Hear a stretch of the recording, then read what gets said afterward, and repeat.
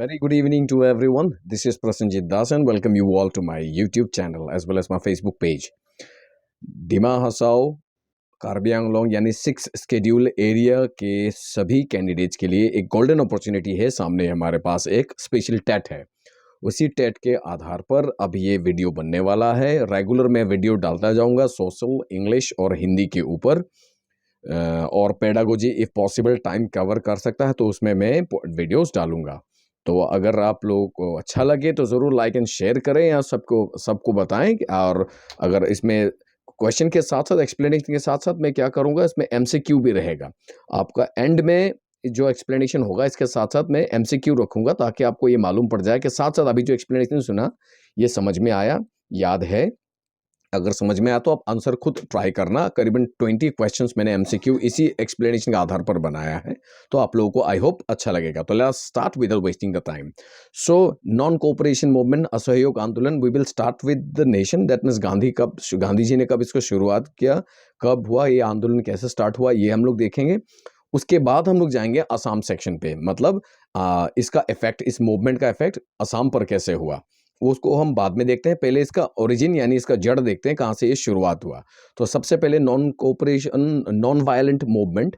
Actually ये non violent अहिंसा आंदोलन था, जो बाद में गांधी जी चाहते थे हमेशा कि उनका आंदोलन हमेशा अहिंसा रूप में रहे। तो हम लोग जानते हैं इसका मूल कारण क्या है।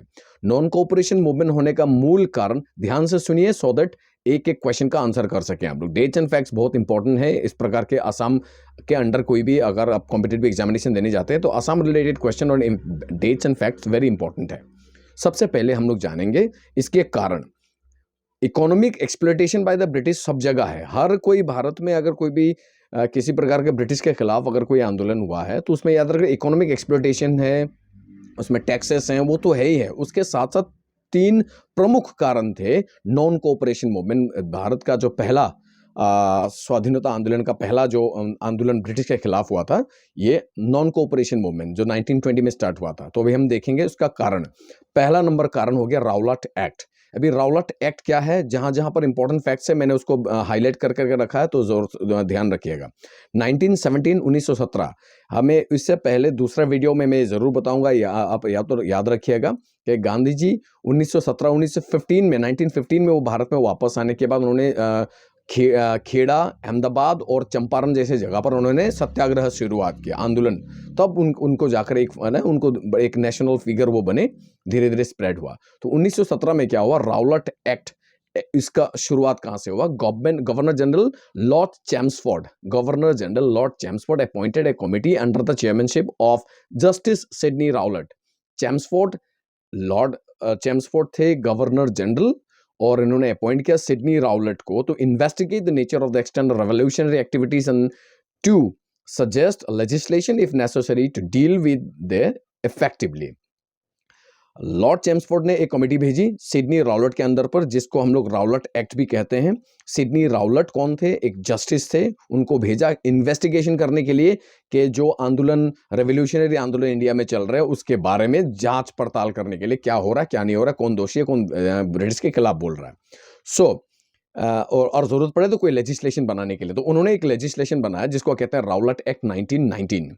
ये एक्ट ब्रिटिश सरकार को इतना पावर देती है कि कोई भी ब्रिटिश इंडियन रेवोल्यूशनरी, कोई भी आंदोलनकारी को बिना किसी ट्रायल के अधिकार, मतलब you don't have the right to go to the court of law, आपके पास अधिकार नहीं है कि आप कोर्ट पे जा सकें, केस लड़ सकें कि आपको क्यों अरेस्ट किया।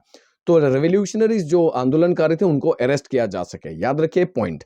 राउलट एक्ट के आधार पर सिडनी राउलट ने यह एक्ट बनाया, जिसके आधार पर कोई भी भारतीय को अगर ब्रिटिश सरकार चाहे तो अरेस्ट कर सकती है, और अरेस्ट के बाद किसी के पास यह अधिकार नहीं कि वो कोर्ट में जाकर उसको वो कर सके, चैलेंज कर सके और लड़ सके अपना केस। नेक्स्ट पॉइंट, ये ऑब्वियसली इंडियंस को गुस्सा कर दिया, तो सत्याग्रह मूवमेंट गांधी जी ने शुरू की 1919 में।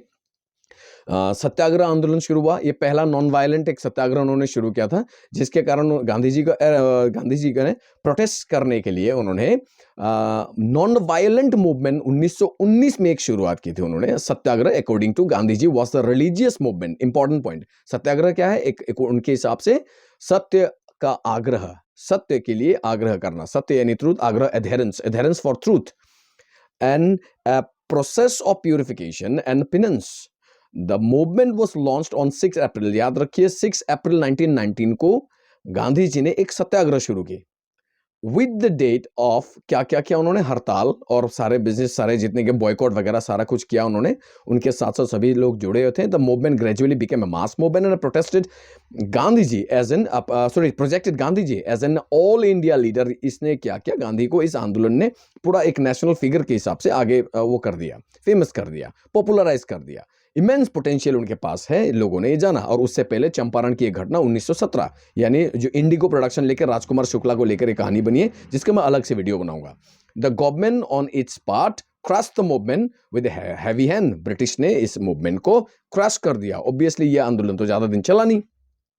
नेक्स्ट पॉइंट हो गया ये रावलाट एक्ट का इंपैक्ट हमने देखा. अभी देखिए जलियांवाला बाग मसाकर 13 अप्रैल 1919, सबको मालूम है. जलियांवाला बाग अमृतसर में एक जगह है, पंजाब अमृतसर में एक जगह है, गोल्डन टेंपल के साथ. मैं कई बार विजिट कर चुका हूं, आप लोग कभी मौका मिले जरूर जाइए. It's wonderful place. बट दुख भी लगता है जब when we see the still bullet की गोलियों का जो निशान है अभी तक वहीं पर लगा हुआ है.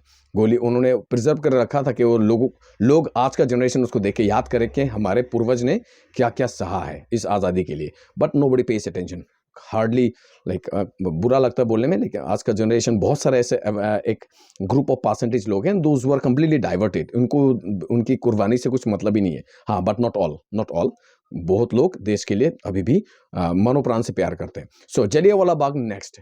It's not massacre, it's massacre. जलियांवाले massacre, you can say genocide, गणहत्या. 13 अप्रैल 1919 ये बैसाखी का दिन है, याद रखिए बैसाखी का दिन है. बैसाखी जो पंजाब में बहुत जोरों शोरों से मनाया जाता है, जिसको हम लोग यहाँ पर बोहाग बिहू कहते हैं, असम में पोइला बोईशाख कहते हैं. तो अलग अलग जगह पे अलग अलग नाम है, बट वही हमारे देश के हिसाब से हमारा पहला न्यू ईयर वाला दिन. 6 अप्रैल को कुछ considerable part of Punjab was conversed in the agitation. Punjab के कुछ एरिया में एजिटेशन हुआ, आंदोलन हुआ. तो 10 अप्रैल को डॉक्टर सत्यपाल और डॉक्टर किचलू, ये दोनों नाम को मार्क करके रखे, very important name. Doctor Satyapal और डॉक्टर किचलू को अरेस्ट किया गया. They were popular leaders of that area. When they were arrested तो लाइक एक छोटा सा एक प्रोटेस्ट भी नहीं कह सकते, एक पीसफुल डेमोन्स्ट्रेशन, क्योंकि वो 13 अप्रैल था. 14-15 तो मालूम है, हम लोग जैसे बैसाखी मानते हैं तो पूरा पंजाब में बैसाखी, तो बच्चे, औरतें सभी जलियांवाला बाग एक बहुत बड़ा एक मैदान है, गार्डन है, जहां पर वो लोग ज़रा इकट्ठा होकर बैसाखी के डिस्कशन साथ साथ सेलिब्रेशन के साथ साथ वो लोग वहां पे ये भी कर रहे थे कि डॉक्टर सत्यपाल और किचलू का जो अरेस्ट हुआ है उसके खिलाफ वो लोग बात कर रहे थे. ब्रिटिश के खिलाफ नहीं, यही बात कर रहे थे कि हमारे लीडर्स को अरेस्ट किया गया, ये गलत है, हम आवेदन देंगे ब्रिटिश सरकार के पास. उसी समय वहां पर माइकल ओडायर ने क्या किया, वो लेफ्टिनेंट जनरल गवर्नर थे. माइकल ओडायर लेफ्टिनेंट गवर्नर थे of Punjab from 1913 to 1919, mark this date. Then he ordered general Reginald Dyer, another, इसको भी मार्क कीजिए, general Reginald Dyer, to prevent it from being held. ये घटना यानी इस प्रकार के कोई असेंबली और गैदरिंग करने मत दो. किसने कहा? माइकल ओडायर ने. वो कौन था? Lieutenant governor. कहां का? पंजाब का. कब? 1913 से 1919. और ऑर्डर किसको दिया? General Reginald Dyer. वो कौन था? उस समय पंजाब में सबसे नोटोरिटी में, बदमाशी में एकदम प्रसिद्ध थे वो. इन्होंने क्या किया, टेकिंग सम सोल्जर्स, और वो ट्रूप्स जो थे, सोल्जर्स जो यूज किया गया था, ये बताया जाता है कि वो गोरखा रेजिमेंट के सोल्जर्स थे. ब्रिटिश ने उसको यूज किया क्योंकि सोल्जर्स को कुछ नहीं कह सकते, they follow the orders of the superiors. So जो जलियांवाला बाग है, मैं खुद विजिट किया, मैंने देखा, कई बार गया वहां पर मैं. तो क्या वो एक संपूर्ण चारों ओर से करीबन 15-15, 20-20 फीट के दीवारों से घिरा हुआ है. दैट मीन्स निकलने का कोई रास्ता नहीं है. एक छोटा सा नैरो कॉरिडोर है, वहीं से घुसना है, वहीं से निकलना है. इट्स करीबन, उसका ब्रेथ अगर देखें उस जगह का, वो करीबन 5 फीट ऐसे कुछ, 5 या 6 फीट करीब ऐसे. उसी नैरो कॉरिडोर से ही लोग अंदर जाते हैं, बाहर आते हैं. दैट मीन्स वहां पर कोई रास्ता और दूसरा नहीं था. अगर वीडियो देखेंगे यूट्यूब में हजारों मिल जाएंगे आपको, जरूर देखिएगा. Then what happened, then they started this one firing. लोगों के ऊपर गोली चलाने का ऑर्डर दे दिया. और कई बच्चे, औरतें, बूढ़े, सभी इनोसेंट लोग, they will shot, open fire. क्योंकि भागने का कोई रास्ता नहीं है, तो वहां पर एक कुआं है, कुआं पर बहुत सारे औरतें अपने बच्चों को लेकर वहां पे कूद गए, तो उसको देखकर पीछे और भी कूदे, ऐसे कूदते कूदते बाद में काफी वहां पर लोग मतलब दब के कुचल के ही मारे गए। और ब्रिटिश सरकार, वो सरकार तो मतलब रेजिनाल्ड डायर इतना क्रूर था कि वहां पर भी जाकर उसने गोली चलाई, ऐसे ऐसे जगह पर भी गोली चलाई। तो लाइक बुलेट मार्क्स आज भी वहां पर मौजूद हैं। तो उस कुआं को शहीद कुआं कहा जाता है। आज उसका कंस्ट्रक्शन बहुत सुंदर से बनाकर एक रखा है याद करने के लिए कि ऐसे भी समय एक था पंजाब में और देश में, ब्रिटिश ऐसे भी क्रूर थे। माइकल ऑर्डर इतना खराब आदमी था कि उसने बाद में जस्टिफाई भी किया कि रेजिनाल्ड डायर ने जो किया वो गलत नहीं था, वो सही था। Very absolutely shameful act. और इसी रेजिनाल्ड डायर, सॉरी, माइकल ऑडायर को उधम सिंह, सरदार उधम सिंह लंदन में, सॉरी इंग्लैंड में जाकर उनको गोली मारकर उनके कमरे पे, घर पे जाकर गोली मार के हत्या की उनकी। बदला इसे कहते हैं, घर में घुस के मारा उन्होंने। So it was like remark ऐसा किया जैसे कि इस प्रकार के जितने घटनाएं की, ये अच्छा था। बाद में दबाव पड़ा, ब्रिटिश सरकार वहां पे क्वीन के वहां से ऑर्डर आने के बाद एक कमीशन बिठाई गई। वेरी इंपॉर्टेंट नेम, बहुत बहुत बहुत जरूरी नाम है, हंटर कमीशन कहते हैं इसको, अंडर द लॉर्ड हंटर। क्यों? वो जस्टिफाई करने के लिए, वो देखने के लिए, वो स्टडी करने के लिए कि जो घटना घटी उसमें जलियांवाला बाग में कैसे हुआ, क्यों हुआ, किसने किया, सारा कुछ निकालने के लिए, इंक्वायरी करने के लिए। तो inquiry commission was sent by the British crown to India under lord Hunter. That's why this commission is called, और committee is called Hunter commission. Remember, Hunter commission याद रखना, जलियांवाला बाग हत्याकांड के ऊपर इंफॉर्मेशन गैदर करने के लिए। Dyer was remove from the service, active service, by the British government London में। एंड लेकिन उसको क्या किया, लाइक उसको कोई सजा नहीं मिली, बस उसको जस्ट इस प्रकार का एक सस्पेंशन करके रखा था। Later like they were not so, they did not feel any guilt के इनोसेंट लोग मारे गए। इस क्रूरता भरी घटना के बाद रविंद्रनाथ टैगोर ने जो नाइटहुड है उनको, उन्होंने नाइटहुड दिया था ब्रिटिश ने, उसको उन्होंने त्याग किया। Very important, he renounced knighthood in the protest against the Jallianwala Bagh massacre. ये बहुत इंपॉर्टेंट क्वेश्चन है, पूछा जाता है। नेक्स्ट, खिलाफत मूवमेंट। ये दो कारण हो गया, एक रावलट एक्ट, दूसरा जलियांवाला बाग मसाकर, और तीसरा एक ही समय में क्या हो गया, खिलाफत मूवमेंट। खिलाफत मूवमेंट क्या है? ब्रिटिश वर्ल्ड वॉर के बाद ब्रिटिश ने जो पीस ट्रीटी है उसको सम्मान नहीं किया। ब्रिटिश की आदत है दूसरों का कब्जा करना, वो बेशर्म है, कहीं भी जाकर किसी का देश भी कब्जा करते हैं। तो उन्होंने क्या किया, टर्की पे उन्होंने कब्जा कर ले। पीस ट्रीटी ये कहता है, पेरिस पीस जो ट्रीटी है वो कहता है कि आप after the war you can not attack any country, you have to leave the country where you have entered. So अपने अपने जगह चले जाएं। But British did not follow it. And वहां पर जो टर्की है, टर्की का जो रिलीजियस स्पिरिचुअल लीडर है, मुसलमानों का जो स्पिरिचुअल लीडर है, उसको खलीफा कहते हैं वो लोग, खलीफा। So like then the Muslims of that area, they found that their holy land would no longer be controlled by their खलीफा। खलीफा मतलब कौन? उनका स्पिरिचुअल हेड, उनके जो बड़े लीडर हैं। तो उन्होंने देखा, अरे हमारे धरती को हमारे जो खलीफा हैं वो उसको हेड नहीं करेंगे, अभी ब्रिटिश करेगा। तो ये Muslims in India also became apprehensive at the fate of the Khalifa and form the Khilafat committee. और मुस्लिम्स ऑफ इंडिया, उन्होंने कहा ये तो गलत हो रहा है, इन्होंने भी आवाज उठाई, क्योंकि तब इंडिया यूनाइटेड इंडिया था, तो it was not Pakistan Bangladesh, तो यूनाइटेड इंडिया, तो मुस्लिम्स भी काफी थे, तो they also said that this is wrong. And Gandhi ji took that कि ये this is the right moment to bring the Hindu Muslim unity. इन्होंने अच्छा एक डिसीजन लिया, उन्होंने खिलाफत कमिटी, जिसको Maulana Shaukat Ali and Mohammad Ali, two important name mark करके रखें, Maulana Shaukat Ali and Mohammad Ali, this two people और started the Khilafat movement committee. And Gandhi ji ने सोचा that was the right moment to like bring Hindu Muslim unity, so इन्होंने भी मूवमेंट को सपोर्ट किया। That was the Khilafat movement. Now ये तीन कारण, मुख्य कारण थे जिसके कारण Gandhi ji finally launch the movement. Therefore Gandhi ji launch the first political movement against the colonial rule of imperialistic British and the non-violent non-cooperation movement। अहिंसा असहयोग आंदोलन, अहिंसा यहाँ पे छूट गया, अहिंसा असहयोग आंदोलन for the first time launch in India. It was decided at the Indian National Congress session held at Calcutta on 5th September 1920. Important date. 5th September 1920, non-cooperation movement was officially launched under the leadership of Mahatma Gandhi against the British. So क्या क्या activities यहां पर हुए थे, that is important. Her British के खिलाफ के आंदोलन में कुछ चीजें एकदम कॉमन है। Number 1, activities refuse to buy the British goods.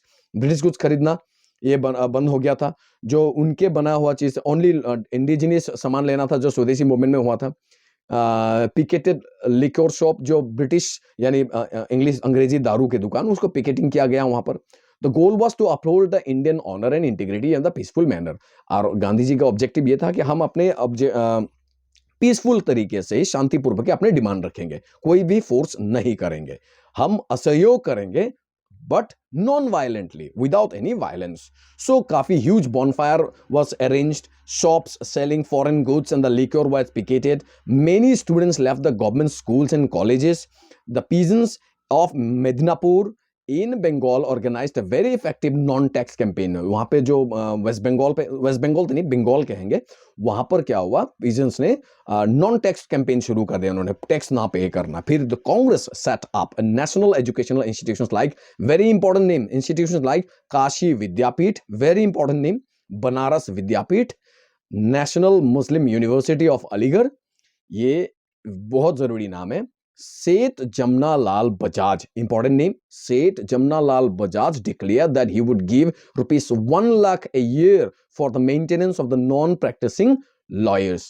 जो lawyers ब्रिटिश, मतलब वो तो ब्रिटिश के अंडर में काम कर रहे हैं, तो अभी अगर ब्रिटिश का काम नहीं करेंगे तो they would not get the salary. तो जमनालाल ने उन्होंने पेमेंट अनाउंस किया कि उनको वो पैसे देंगे, मदद कर देंगे आर्थिक रूप में। सो 40 lakh volunteers way enrolled by the Congress and then the 20,000 चरखास were manufactured. चरखा, इसको एक सिंबल बनाया गांधी जी ने भारतवासियों को जोड़ने के लिए। तो people started deciding their disputes by means of arbitration. The Tilak Swaraj Fund, important, underline कीजिए, Tilak Swaraj Fund, which was started to finance the non-cooperation movement, was able to collect over 1 crore of rupees within the short period of time.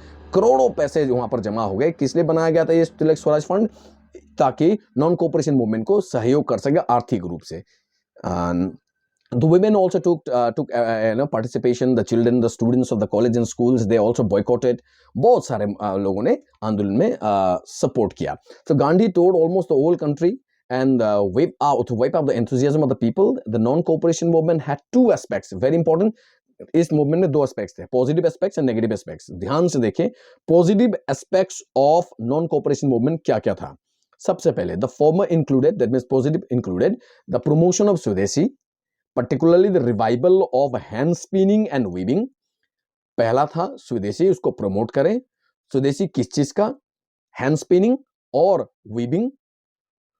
Removal of untouchability, अस्पृश्यता को remove करना among the Hindus. Promotion of Hindu Muslim unity, Hindu Muslim Ekta. Prohibition of the use of alcoholic drinks, शराब मदिरा का वो करना, prohibit करना, बंद करना। And the collection of crore of rupees for the memorial of Tilak, that means Tilak memorial, that is Swaraj fund कहते हैं। तो सवाल आएगा, what is Swaraj fund?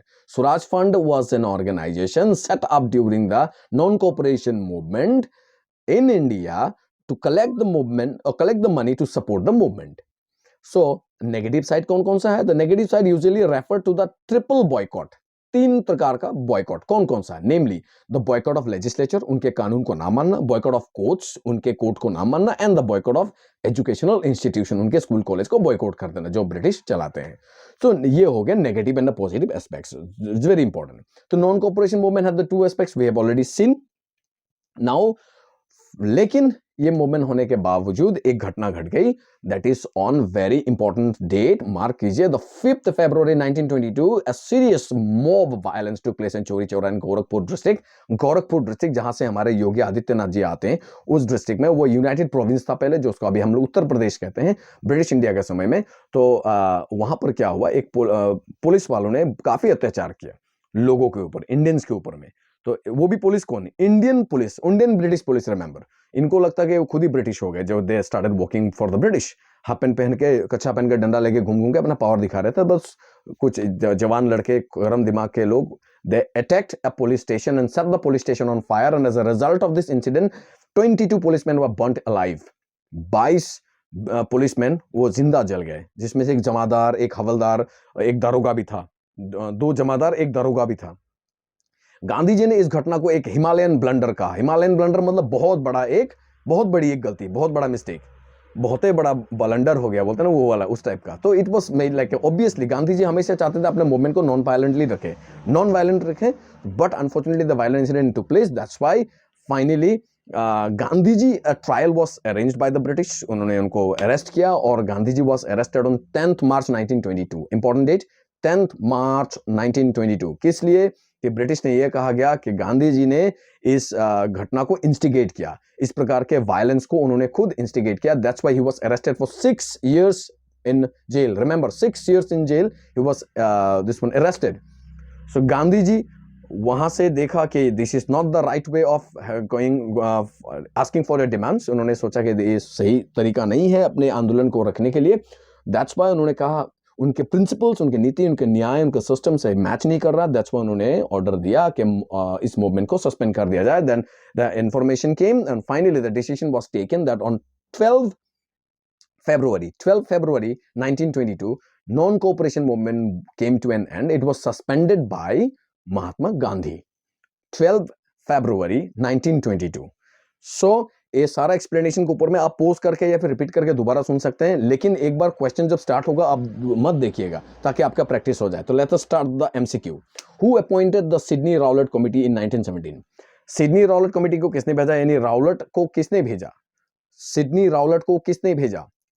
4 option है। Number B is the answer, Lord William Bentinck. No, number 1 is the answer, Lord Curzon. No, it's Lord Chelmsford. इन्होंने भेजा था। He was the governor general by the time। So I will give you a few seconds to answer so that before I tell you the answer। Next question is who were arrested मतलब plural थे, on the 10th April 1910 in Punjab for agitating against the British। It was not 1910, it is 1919, beg your pardon, 1919। and on 6 अप्रैल violence, उसके कारण किसको 10 अप्रैल में arrest किया गया? Doctor Satyapal, doctor Ambedkar, doctor Radhakrishnan, doctor Sachchidanand, और डॉक्टर सत्यपाल और डॉक्टर केचलियू। आप खुद अपना आंसर दे दीजिए। आप I would be very much happy like if you give your own answer in the comment box. Next we have the next question is number 3। Where is Jallianwala Bagh situated? Jalandhar, Amritsar, Ludhiana, Delhi. These are very simple question। तो कभी कभी simple question भी आ सकता है, तो आप you can go for it। So do comment your answer on the comment box। Who ordered to open fire at peaceful crowd at Jallianwala Bagh? किसने order दिया? General Reginald Dyer, Michael O'Dyer, then Lord Curzon and Lord Chelmsford। I expect your answer on the comment box। Number 5, why did Rabindranath Tagore renounce the knighthood? उन्होंने knighthood क्यों renounce किया? In protest against the British, in protest against the Bengal division, in protest against the killing of innocent people at Jallianwala Bagh, and in protest against the arrest of Dr. Satyapal and Kichliu। Do comment your answer। Who formed the Khilafat Committee? Maulana Shaukat Ali and Muhammad Ali, the Khalifa, the Mahatma Gandhi, or Subhash Chandra Bose? Moving forward, number 7, who announced to give rupees 1 lakh to a year for the maintenance of non-practicing lawyers during the non-cooperation movement? Then number 8, it will be a little bit tricky। ध्यान से देखिए, which of these given pair of pairs is or are true? कौन कौन सा true है? Revival of spinning wheel, ये negative aspect था। Boycott of legislature, ये negative aspect था। Promotion of Hindu Muslim unity, ये पॉजिटिव एस्पेक्ट था। Boycott of schools and colleges, ये पॉजिटिव एस्पेक्ट था। Options only 2 which are the true, यानी कौन सा स्टेटमेंट्स करेक्ट है? 1 2 या फिर 2 3, 1 4, 2 3 4। You can comment your answer. Moving forward, when was non cooperation movement started? कब शुरू हुआ था? 5 सितंबर 1920, 5 जुलाई 1920, 10 मार्च 1920 और 5 फरवरी 1920। Next, when did Chauri Chaura incident take place? Chauri Chaura incident take place, वो जो गोरखपुर वाली घटना कब घटी थी? 5 सितंबर 1920, 5 जुलाई 1920, 10 मार्च 1922 और 5 फरवरी 1922। Do comment your answer. When did Gandhi ji suspend non corporation movement? Non corporation movement उन्होंने कब सस्पेंड किया? options you can see, same, exactly the same options I have given. You can find out the correct answer and do comment, and it will be a practice for you.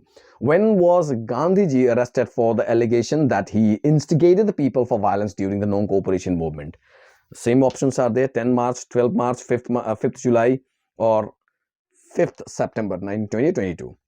Who of the following of the members of Assam Association? Now यहाँ पर मैंने असम के explanation किए बिना ये option डाला है, तो you may be little bit confuse के बिना एक्सप्लेनेशन का कैसे डाल दिया, तो इसीलिए डाला ताकि इसी क्वेश्चन पे हम एक्सप्लेन कर सकें आंसर को.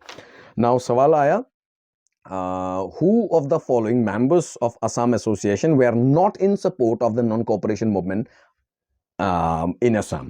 असम पे जब नॉन कोऑपरेशन मूवमेंट स्टार्ट हो गया तो असम में आने के साथ साथ गांधी जी के अराइवल में भी उससे थोड़ा पहले असम के लोग, कुछ लोग राजी नहीं थे, कि बोल रहे कि our Assam association is not meant for such kind of movement, we are our organisation is for the interest of Assam.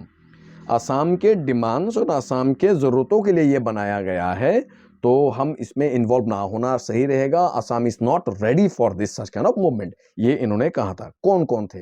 Ganga Govind Barua, तारा प्रसाद छलिया, घनश्याम बरुआ एंड चंद्रधर बरुआ, या फिर नवीन चंद्र बरदोलोई, चंद्र प्रसाद अग्रवाला, अंबिका गिरी राय चौधरी, कनक चंद्र बरुआ और तिलक शर्मा. नाम नोट डाउन करके रखें. Answer is A. ये सारे लोग बोल रहे थे कि we are not ready, Assam is not ready और our interest is not connected. Assam is interested, should be connected to it, Assam के लोगों के लिए. सो हमारे एस्पिरेशंस का, हमारा needs and grievances and aspirations के साथ मैच नहीं कर रहा था, तो हमें ये कूदना नहीं चाहिए, ये बताया गया था. तो दीज आर द नेम. जब गांधी जी 1917 में, अच्छा मैं बाद में बताऊंगा क्योंकि इसके साथ क्वेश्चन जुड़ा हुआ है. Who founded Assam association? Assam association को किसने बनाया? तो अभी असम एसोसिएशन का ऑप्शन है राजा प्रभात, मानिक चंद्र, ज्योति प्रसाद और जगन्नाथ बरुआ. तो remember, Assam association was set up by Manik Chandra Barua. Manik Chandra Barua, important name, mark करके रखिए. Number 2 is the answer. Next, when was Assam Association formed? Assam association कब फॉर्म किया गया? 1905, 1903, 1901, 1902. तो कंफ्यूज हो जाते हैं, तो कंफ्यूज मत होइए. It was formed in 1903 by Manik Chandra Barua, Assam association. When was Assam Provincial Congress Committee formed? Assam provincial Congress committee कब फॉर्म किया गया? यानी एपीसीसी कहते हैं, एपीसीसी शॉर्ट टर्म में. तो options are many, you can see, we can find out. And काफी discussion के बाद, काफी मूवमेंट के बाद इसका नाम रखा गया बाद में. Actually Assam provincial Congress committee बना 1921 में. 1921 में जब बना तब 18 अप्रैल, that is with Chobilal Upadhyay in 1921 in the chair, that means he was the president, a meeting was held for the amalgamation of Congress and Assam, that is Assam Provincial Congress Committee. Assam Association और कांग्रेस को मिलाकर एक committee बनाई.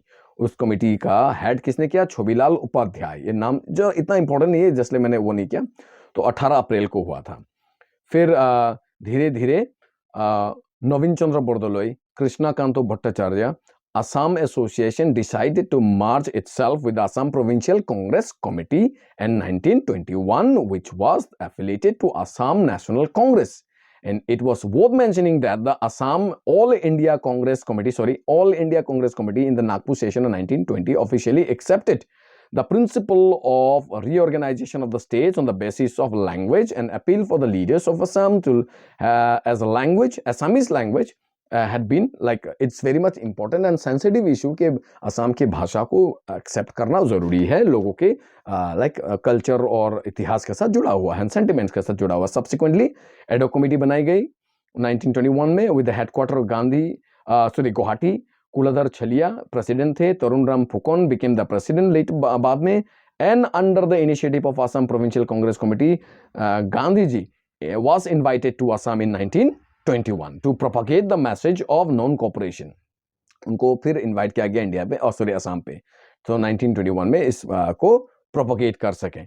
So finally means non cooperation movement को. His visit tremendously encouraged the people of the workers of this area, and following the years like Bishnuram Medhi, उसके बाद Siddhinath Sharma, Maulana Taibullah, Ambikagiri Rai Chaudhary, they lost the there are many like prominent leaders who supported the movement, and they jumped into the movement, in Assam Provincial Congress Committee officially started with the Congress in 1930 for the period of 9 years, and Congress party could finally secure a major victory of the general elections in 1946, and Lokpriya Gopinath Bordoloi became the premier of Assam province. Lokpriya Gopinath Bordoloi became the premier. याद रखिए, Lokpriya Gopinath Bordoloi became the first premier of Assam. उस समय में prime minister कहा जाता था. First premiere of Assam कौन? लोकप्रिय गोपीनाथ बोरदोलोई जी. So moving forward, the next, when did Gandhi ji visit Assam for the first time? Just now मैंने ये आंसर कहा, तो I hope you remember what I said, and what if you remember, please do comment when he came to Assam. Who among the following were the lawyers who left their legal practices to join National non-cooperation movement? Non-cooperation movement join करने के लिए, sorry, not joined, it should be join. Being an English teacher, if I make such kind of grammatical mistake, it's very funny. To join NCM, that means non-cooperation movement. Nobin Chandra Bordoloi, Kulodhar Chalia, Tarun Ram Phukon, Kamini Kumar Chandra, Vishnu Ram Medhi, which are the people, those who stood against, and they said that, not against actually, they said that Assam is probably not ready for such kind of movement. Assam शायद उस समय ready नहीं था, इन्होंने यही कहा था, खिलाफ तो नहीं थे. So I have already explained. I expect the answer from you and in the comment box. Then moving forward. So the last question is, when was the first national school established at Guwahati, named as Tilak Memorial School in the loving memory of Bal Gangadhar Tilak?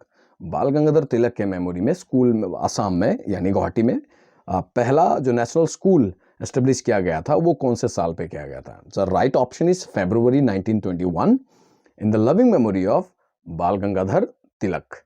So here we have come to an end of this part.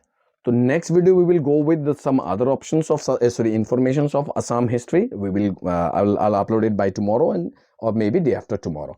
So after preparing one after one, पहले Assam history को हम लोग खत्म करेंगे, history section को खत्म करेंगे, like civil disobedience movement, quit India movement, Swadeshi movement, उसके बाद Assam's role in the freedom struggle from 1857, sepoy mutiny से किस प्रकार मनीराम दोवान का सारी कहानी वहाँ से शुरू करेंगे. उसके बाद हम कॉन्स्टिट्यूशन पे जाएंगे, पॉलिटिकल साइंस पे जाएंगे, इकोनॉमिक्स में जाएंगे, ज्योग्राफी सेक्शन में जाएंगे, असम के ज्योग्राफी के बारे में देखेंगे, फिर इंग्लिश ग्रामर भी शुरू करेंगे. Everything we will go for. I hope you people have liked, and if you have liked, do share and do comment. Your valuable comment and likes and share motivate us to go on for the more videos, more explanation, more classes. I hope you people will enjoy and have enjoyed. If any mistake I have made, please do comment so that I can learn from your comments as well. Thank you very much for your time. Have a great day.